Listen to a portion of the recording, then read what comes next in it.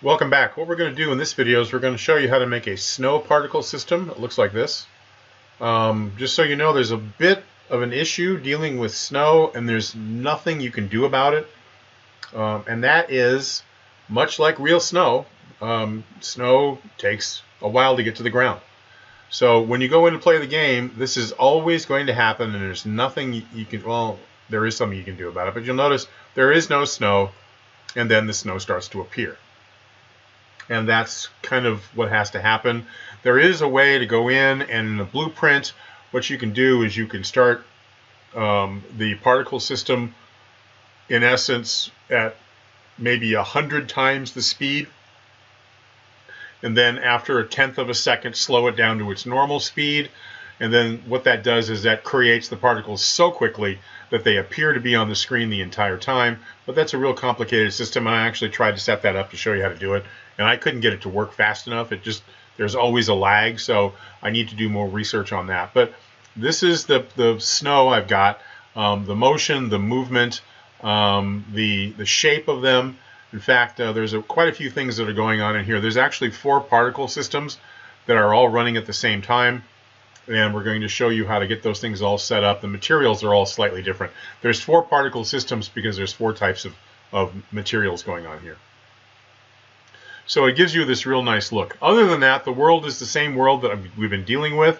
The only thing that I have done is I did take out the sky dome on this one. I left the lighting pretty much the way it was, and I played with the fog a little bit to kind of create this really nice gray sky that kind of looks like, if you've ever been in snow, that's kind of the way clouds look. You get this gray look. It's all kind of uniform. You really don't notice individual clouds.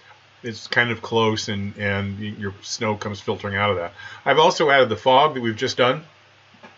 So it kind of looks like the wind is blowing loose snow, or the breeze is kind of blowing some loose snow around in through there. And it adds a nice touch to what you're doing. The ground itself is just a snow material. I went and found a photograph of snow.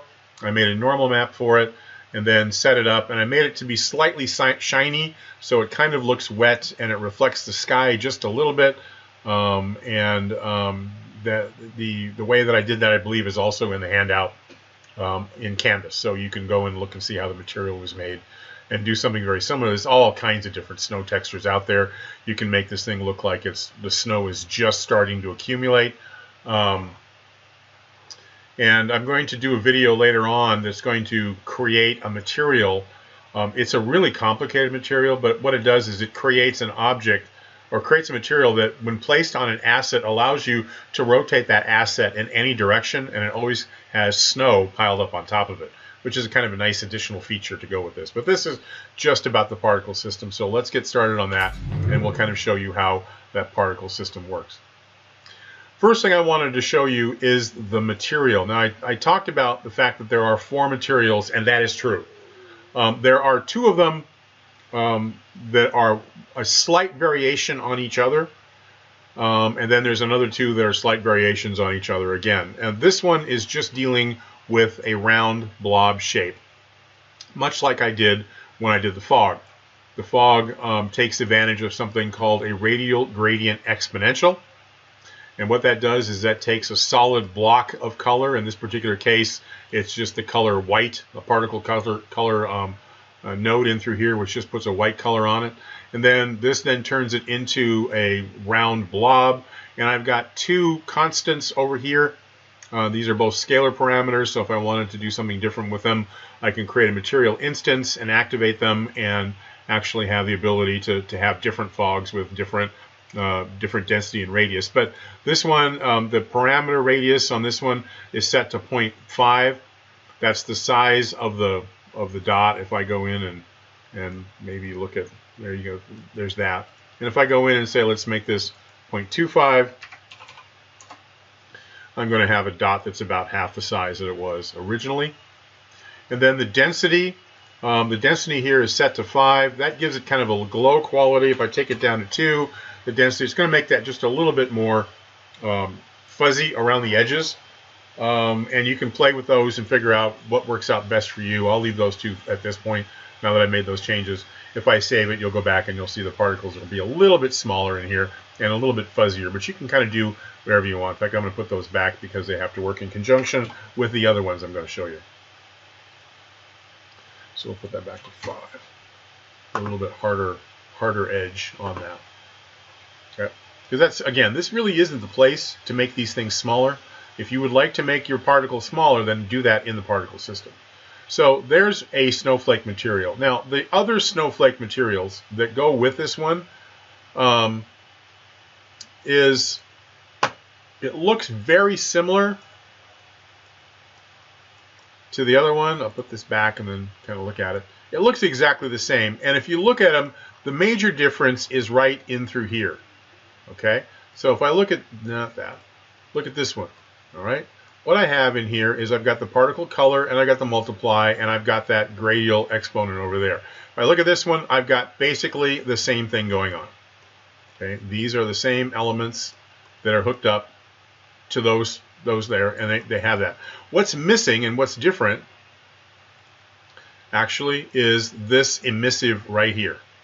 This one has an emissive in it and the other one does not have it. Other than that, they are the same. But what I've also done is this original snowflake material, because I needed opacity, okay, is set to translucent, and then it has default lighting. Default lighting means that it's being affected by the lights in a scene.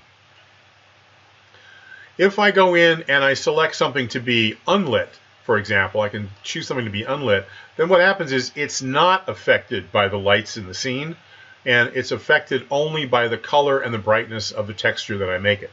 So what I have done is I have made it a little bit less emissive by removing this one over here, the snowflake unit. I've removed that. I've plugged these, instead of going into base color, I have plugged those here into my emissive color. So that's now handling the emissive brightness on that. And I've also set this material to then be unlit. So what's going to happen is I'm going to end up with a brighter dot, and you can sort of see that's a little bit brighter dot right there. And if I go back and look at this one, it's just not quite as bright. Brighter, a little bit duller. Brighter, a little bit duller. So what I end up with is just a slight variation in this particular case, I'm getting a slight variation in the brightness of it. Then there's another one where I wanted to actually see, at some point, I wanted to see a snowflake. And so I've given you a snowflake, a literal snowflake image, that you can then bring in and make into a material, and it's going to look like this. Let me get that one for you. That's down here. The snowflake art, what I've done is, instead of using that exponent gradient over here, exponential gradient, I've replaced all of that with an actual image. So what I get here is I get this big image of a snowflake, which I can then adjust the size in the other program. So I've removed that this whole radial, gradient, exponential. I've removed all of that, and I've replaced it with an actual picture. And all of the settings are all exactly the same. It's still hooked into a lerp here, which I'll explain here in a second. And it's doing all that. But it's basically the same. It's just that it's got the snowflake, snowflake art is attached in there in its place. And then this one is a regular lit material. And then I have the exact same material, and it is set to be done exactly the same thing. This is now set to be unlit, and instead of having something up here in the base color, because I don't need that anymore, it's now wired into emissive. And other than that, and I removed the constant that was plugged in. Other than that, it's exactly the same. So I end up with a snowflake that's a little bit darker from the original. And so I have these four materials that you can see: brighter, a little bit darker, brighter, a little bit darker, brighter, a little bit darker. And you can go back and you can make adjustments to those later on. Yes. Yes. Anytime you move something, it's going to ask you if you want to save it. Yes. And then we'll close that one down. And we'll close that down because I don't need that. All right. Now, I talked about there are 4 particle systems going on here. And basically the way you want to look at that is I have a particle system for each one of those materials. So they are 4 identical systems. So what we do is we're going to go in and we're going to create one, and then we're going to duplicate it and just change the material, and then maybe go in and change a few aspects about maybe the way that they move, so they're all not moving exactly the same. You don't have to worry about creating a particle system and giving it a particular velocity or a lifetime or spawn or location, and then duplicate that particle system and have 2 sets of particles that behave identically. It's not like you're going to say, well, if I create a duplicate of the original, the particles are all going to move in exactly the same way at exactly the same time, and I'm only going to see one particle system.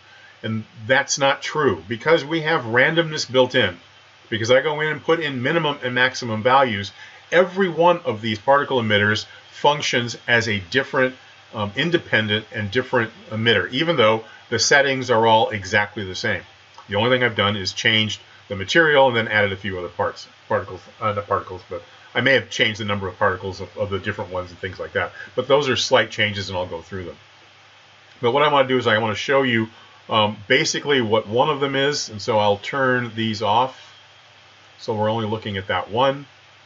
And let's talk in here, knowing what we know about particle systems, as we've already done rain and we're going to be doing fire and everything else, which is a variation on all of these things.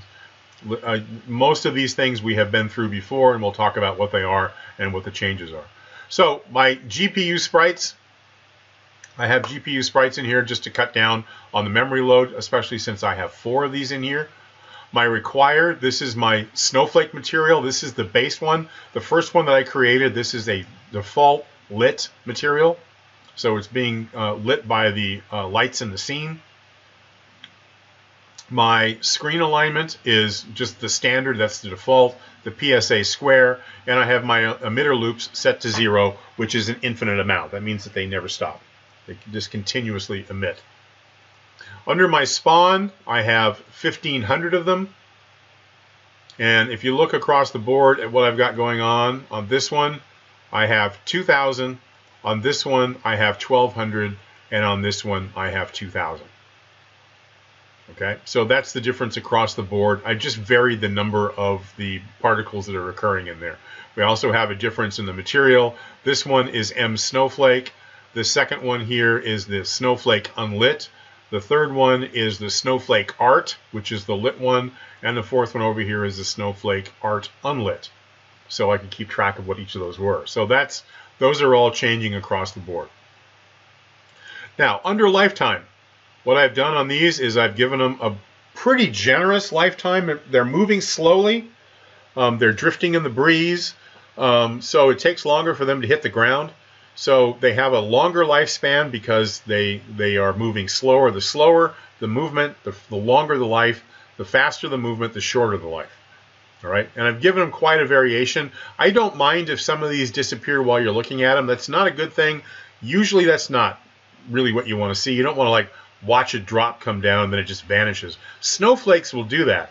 Snowflakes will melt in midstream or mid-falling, and they'll just vanish off the screen. So I do want a little bit of variation on their lifetime. So if some of them disappear in front of your eyes, that's okay. It doesn't really bother me.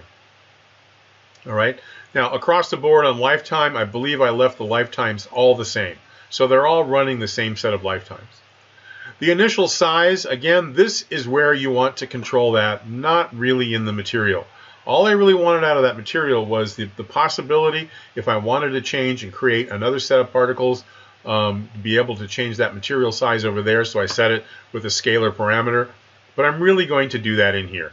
And I don't think I changed the size across the board. They're all exactly the same size. They're all a little bit big, but that doesn't bother me. They're big, fluffy snow particles, and I'm okay with that. The initial velocity, remember this is what is giving us the up and down and the side-to-side movement. These little flakes, they're all very light. Snowflakes are really light, and they're really easily moved in the air. And this is something you have to learn to observe in life. We always talk about when you're doing something, you have to be a great observer of life because you're going to have to reproduce that someday. And if you watch a scene where there is heavy snow, the snowflakes are kind of heavy, but they're really easily moved by the wind. And you're always going to get a certain amount of wind, unlike rain, which has weight, a little bit more weight behind it, and it's a little bit more of a driving force the way it's coming down.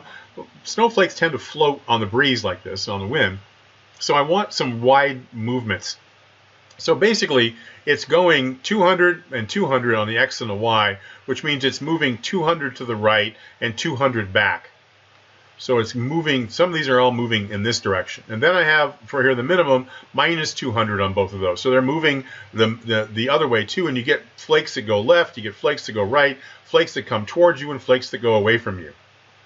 What's controlling the up and down is right here, minus 200 and minus 180. So they are coming down at a speed of 200. And if you remember, the rain we did was coming down at a speed of a minus 5,000. So it's a driving rain.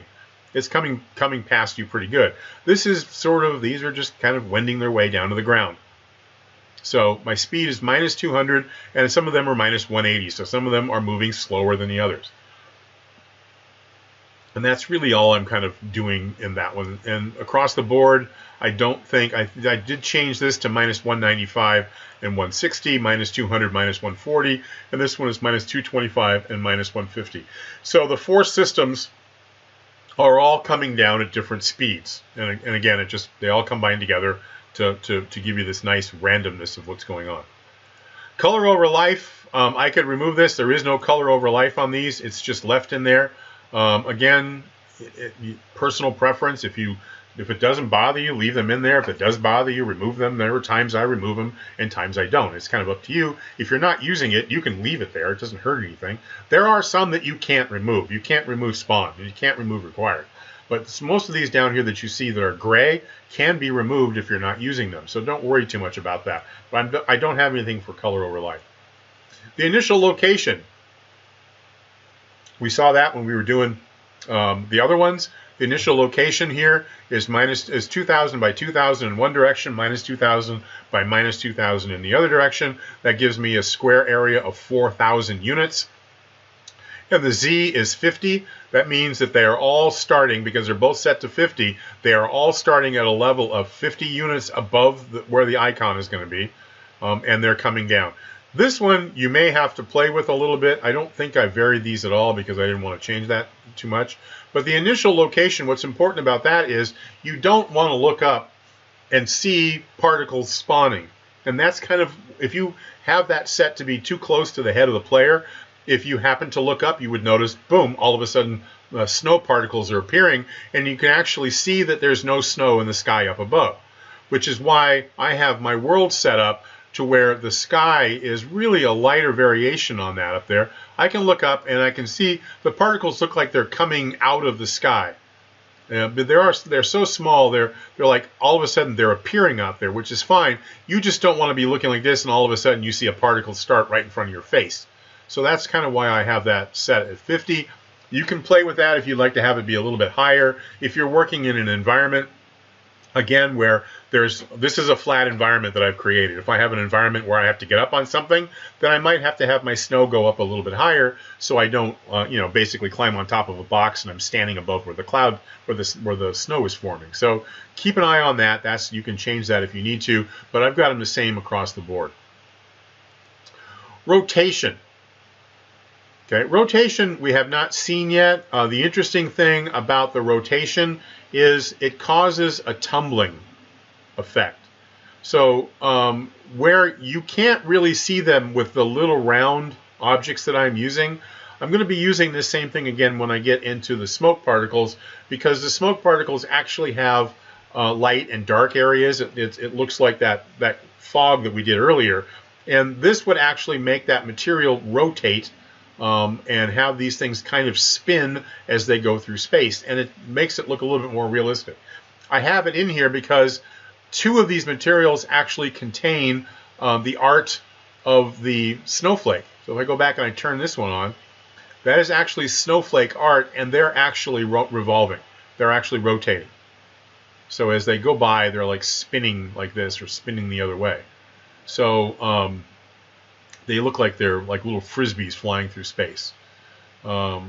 which is kind of cool. And if you look at those things and watch the motion, it's kind of hypnotic. I mean, there are some of them that appear to be moving horizontal. It's like the snow's coming horizontal, but you kind of get that. That's the fog is just kind of I mean, the snow is kind of gently falling all around you, and it's really kind of cool.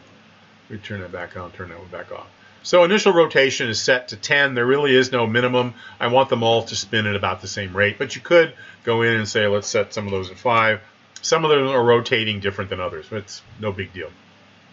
Initial rotation rate, however, that is important. And the reason that there is an initial rotation rate is the same reason that when I start my level, the snow ain't there. It's because it takes a while. The particles have to spawn, and they have to float down to the surface at the speed that they're going. Rain happens so quickly. By the time you really are aware of the fact that you have spawned and you start to move, the rain is already upon you, and you don't really get a sense that you're waiting for it to happen. In here, however, what I want is I don't want to wait for the snow to start to tumbling. I need it to tumble right away. So I have an initial rotation rate up here of 1, so it is already moving as soon as they are spawned. All right. Now, I also have in here collision. Don't freak out. There we go. I have in here collision. All right. Now, why do I have collision in here? What does collision do? Collision allows me to set what happens when particles come in contact with something.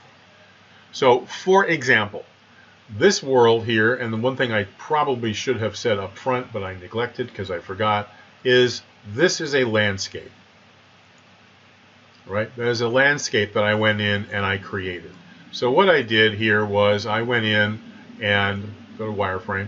I wanted an uneven terrain. So what I did was I created a very small landscape. I think it was one of the 7x7s. Very small landscape, and I went in and I just did some quick painting just to add some little hills and little uneven ground. Like there's maybe stuff under the snow, or snow has fallen in some areas more than others. And that's kind of the look that I was going for.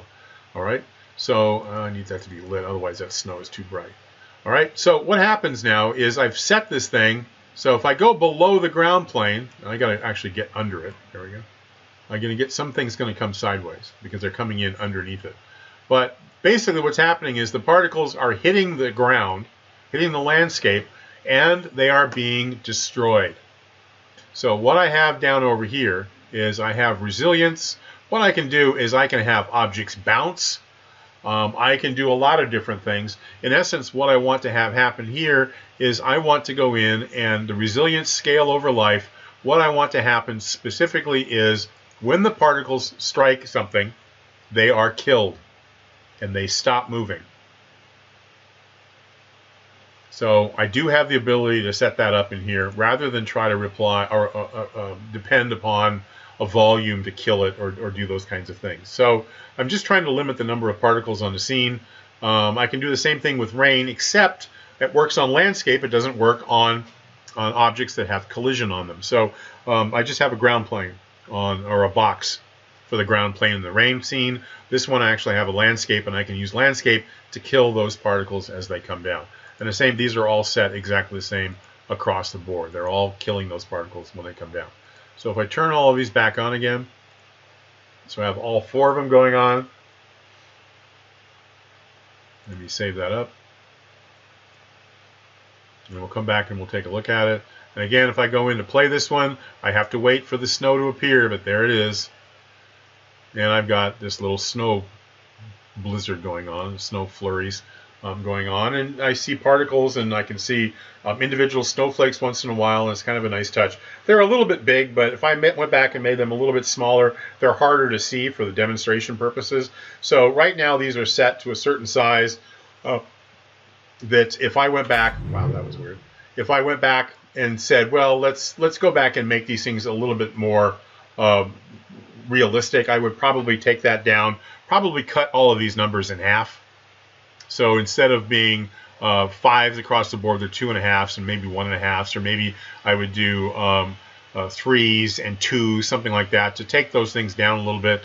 But I just wanted to make sure that they really showed up here in my scene for you guys to see. So that's kind of what I have. And again, every time you do this, You have to wait for the snow.